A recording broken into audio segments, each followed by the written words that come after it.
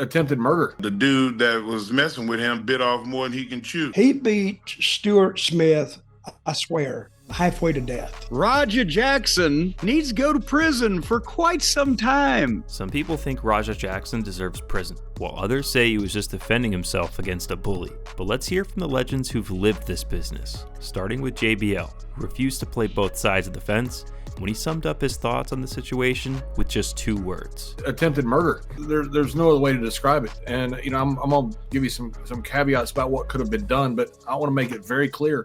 This is 100% Raja Jackson's fault. 100%.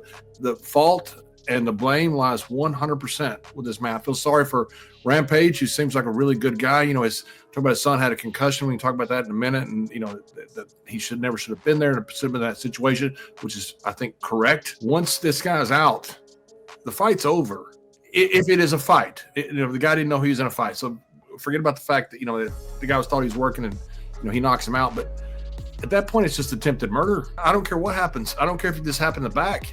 A guy's down and out, and you just keep punching him. No call for that. Apparently, what happened backstage was not planned. He hit him over the head with something, maybe a gimmick bottle or a can or something, whatever it was. If Raja would have just punched him then, people would have thought, you know what? Yes. Deserved. Yeah. We get it. Shouldn't have done it. Guy's an MMA fighter. He didn't know it was a work, but it didn't. I feel sorry for Rikishi. He's part of Knox Pro. This happened at his show. Which he had nothing to do with this. He runs a good show. It's not him. So much happened here, and so many people are going to be a fallout from this.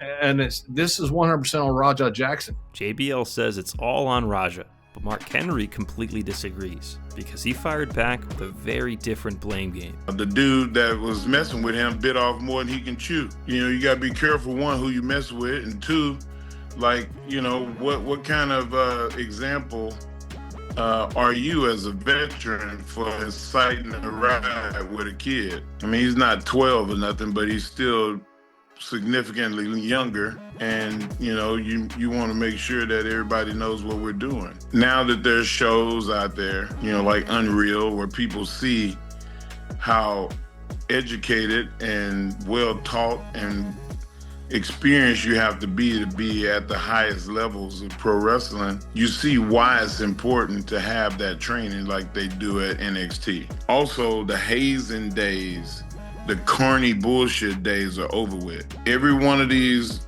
journeyman guys that get drunk before the show and sit around and talk crap to all the younger kids and tell them how the old days were, that's over with. Because the guys that's coming in are former MMA guys, or college students like my son, people that's in entertainment and have other walks of life. If indeed what I saw was what I saw, people before the show drinking and intoxicated or partially intoxicated, and you're bust a bottle over a guy's head, and talk trash like that guy was not going to do nothing, you're at fault. Now, Mark was defending Raja, but he wasn't the only one, because Rob Van Dam tweeted out his support of Jackson shortly after the incident made headlines. But what he didn't expect was all the backlash that came with it. I want to start out by saying best wishes to fucking Syko Stu Smith. Hopefully he will regain his health. That's a shame. He definitely didn't deserve what happened to him. If you thought that me saying that was somehow hypocritical because my text said that I back Raja, then you are one of the basic thinkers that can't understand how those can both be true. I'm not picking a side. If I did, I'm not even saying it would be Raja's. When I wrote that on Twitter, X, I hadn't seen all the hate that this kid's got. I hadn't. I'd seen that he was really taking over YouTube. All the videos were talking about it. He had a lot of hate there, but I hadn't seen all the comments. When I say that I have his back, I'm not saying I'm going to stand back to back and fight a crowd of fucking a million people that are trying to lynch him. What I'm saying is I see the pathway that he took that led to what happened. Yeah, we're always working. He thinks we're always working, right? You're going to be able to get your licks back.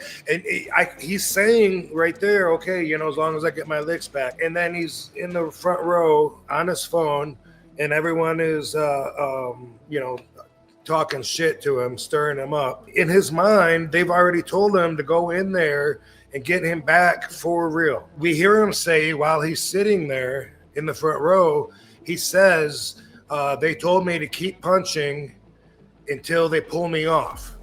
And I'm going to punch him as many times as I can, man. Fuck that. I'm going to hit as many times as I can, whether he hits me back or not. And I hope he does. And I can tell you, I don't get there very often, but if you've convinced me that we're fighting and you've crossed that line, sportsmanship is out.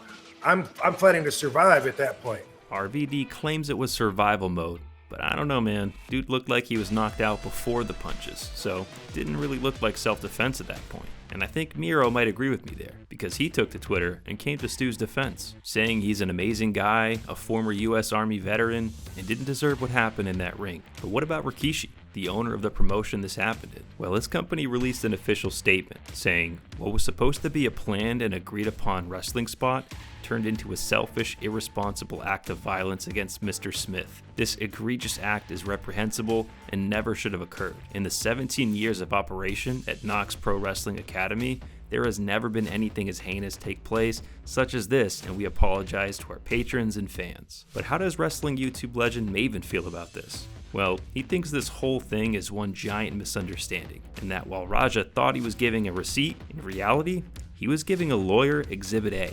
Raja is not a wrestler. To him, a receipt is exactly what he gives him. In the wrestling world, it's totally different. The receipt is a way for wrestlers to police their locker room and police what goes on in the ring without having it transfer backstage, without having feelings get hurt, without having problems linger. An offense occurs, you handle it with a receipt, case closed. Raja comes from a different world. He's giving him rights and lefts. These are 100% shots delivered to an unconscious Syko Stu. These punches are being delivered with intent, and that intent is to inflict as much pain and damage as he possibly can. When you straddle another man and you just rain down blow after blow, when you can obviously see they're out cold, they have no way of defending, protecting themselves,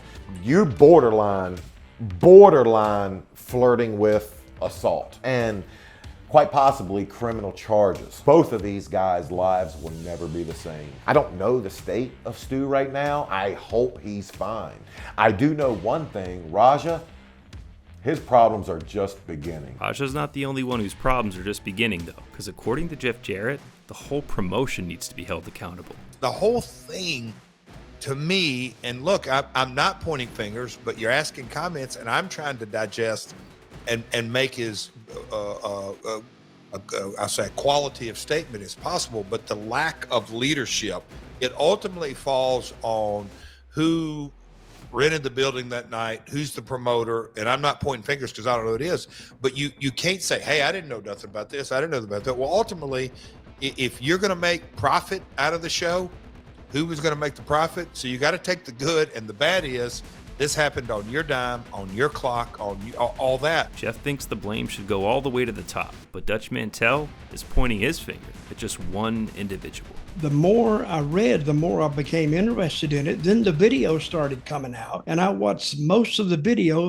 that I could find. All a prosecutor has to do is just look at the video. He is guilty as sin right now, and the whole company is guilty. I don't know how they could say, well, we didn't have nothing to do with it. Yeah, they did. Everybody else could refuse to speak on it, but yet they're on videotape saying all this stuff. And if they're called as a witness, I would highly advise them to show up. They may be looking in jail across from Roger themselves. He beat Stuart Smith, I swear, halfway to death. When they finally pulled him off, and I don't know what took them so long to get there, but I have my suspicions because they didn't want to mess anything up, I'm sure. And they pulled him off, and he was still wanting to fight. Something's wrong with this guy. First time I saw it, I went, I have never seen anything like that. Yeah, I don't think Dutch is a huge fan of Raja, but Jim Cornette flat out hates him, and he had the craziest take on the whole situation by far. The summation in all of this is that I think that old Raja Jackson needs to go to prison for quite some time where he can contemplate the choices he's made in his life. So I'm not absolving him of any responsibility for being a fucking lunatic, but everybody involved in this at some level is an idiot, unprofessional. Situation shouldn't have been even allowed to happen, and it's just an example of why that I am so goddamn disgusted with the wrestling business, both at a major level and at the small time level, the Outlaw Mud Show level, because everybody thinks they're fucking smart. So this wrestling school ought to be shut fucking down. Raja Jackson ought to go to goddamn prison. I think the family of Stu should file civil suits against everybody that's involved in this that might have any kind of fucking homeowner's insurance, at least to cover anything. Everybody from the top down all the way up to Rampage for fucking impregnating whatever hyena spawned this goddamn simpleton. And then I think they ought to give 25% of it to fucking Doug for being the only fucking person to be of any help whatsoever in the whole goddamn thing.